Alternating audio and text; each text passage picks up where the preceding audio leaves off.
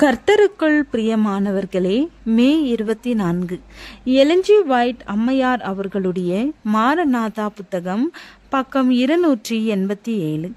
இன்றைய தியானத்திற்காக தெரிந்து கொள்ளப்பட்ட தலைப்பானது தீர்க்க தரிசனத்தில் ஒட்டமான் அரசு. வசனம் வெளிப்படுத்துதல் 9வது அதிகாரம், வசனம் 14-15.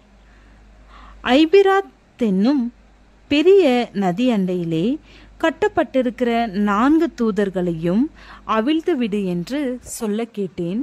அப்பொழுது மனுஷரில் 1/3 பங்கை கொல்லும்படிக்கு 1 மணி நேரத்திற்கும் 1 நாளுக்கும் 1 மாதத்திற்கும் 1 வருஷத்திற்கும் ஆயத்தமாக்கப்பட்டிருந்த அந்த 4 தூதர்களும் அவிழ்த்து விடப்பட்டார்கள். ஒன்றன் பின் ஒன்றாக ஜாதிகளின் வரலாறு அவைகளுக்கு குறிக்கப்பட்ட இடத்திலும் நேரத்திலும் இடம் பெற்றிருக்கிறது. அதன் பொருள் இன்னதென்று தங்களுக்கு தாங்களே அறியாத சத்தியத்திற்கு நம்மிடம் இந்த வரலாறு சாட்சி கூறுகின்றது.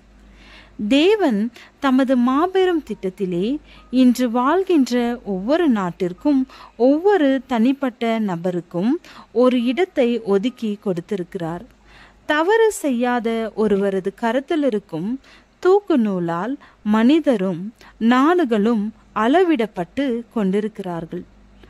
அனைவரும் தங்களது சொந்த தெரிந்தெடுதலின் மூலம் தங்களது முடிவை தீர்மானித்து கொண்டிருக்கிறார்கள்.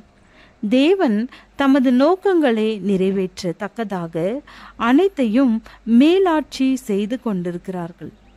நிகழ்காலம் வரை நிறைவேறி கொண்டிருக்கிற முன்னுரைக்கப்பட்ட தீர்க்க தரிசனங்கள் அனைத்தின் தடங்களும் வரலாற்றின் பக்கங்களிலே கண்டறியப்பட்டுள்ளன. இனியும் வரப்போகின்ற காரியங்களும் அதன் ஒழுங்கிலே நிறைவேறுதலை அடையும் என்பதை குறித்து நாம் நிச்சயத்தோடு இருக்கலாம். 1840 ஆண்டிலே இன்னொரு தீர்க்க தரிசனத்தின் குறிப்பிடத்தக்க நிறைவேறுதல் எங்கனும் பரவலாக ஆர்வத்தை தூண்டியது. இதற்கு 2 ஆண்டுகளுக்கு முன்னர் 2ஆம் வருகை குறித்து பிரசங்கித்து கொண்டிருந்த முதன்மையான ஊழியர்களுள் ஒருவரான ஜோசியா லிட்ச் என்பவர் வெளிப்படுத்துதல் 9ஆம் அதிகாரத்தை பற்றி ஒரு விளக்கம் எழுதி பிரசுரித்திருக்கிறார். அதில் ஓட்டோமன் அரசின் விலகையை குறித்து முன்னுரைத்திருந்தார். அவரது கணிப்பிடிப்பின்படி அந்த வல்லமை கிபி 1840 ஆகஸ்ட் மாதத்தில் குறிப்பிட்ட நேரத்தில் விலகையை சந்திக்க வேண்டியதிருந்தது. இந்த தீர்க்க தரிசனத்தின் நிறைவேறுதலிற்கு சில நாட்களுக்கு முன்பாக துருக்கியர்களின் உத்தரவை பெற்று டியாகோசஸ் என்பவர் சிங்காசனம் ஏறுவதற்கு முன்னர் முதல் கட்டமான 150 ஆண்டுகள் சரியாக நிறைவேறியிருக்க வேண்டும் என்பதாக அனுமதிக்க வேண்டும்.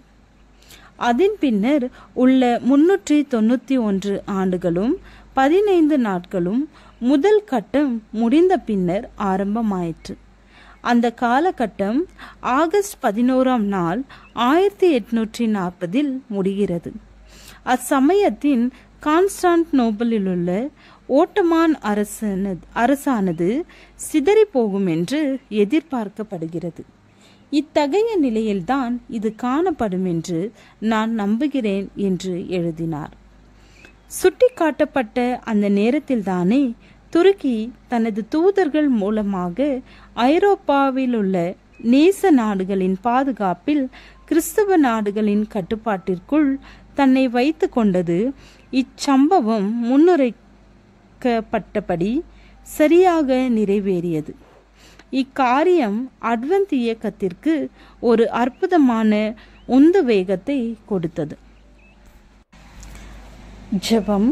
எங்கள் தேவனே, எங்கள் பலவீனத்தில் உமது பரிபூரண பலனை தந்து வெற்றி அடைய செய்யும்.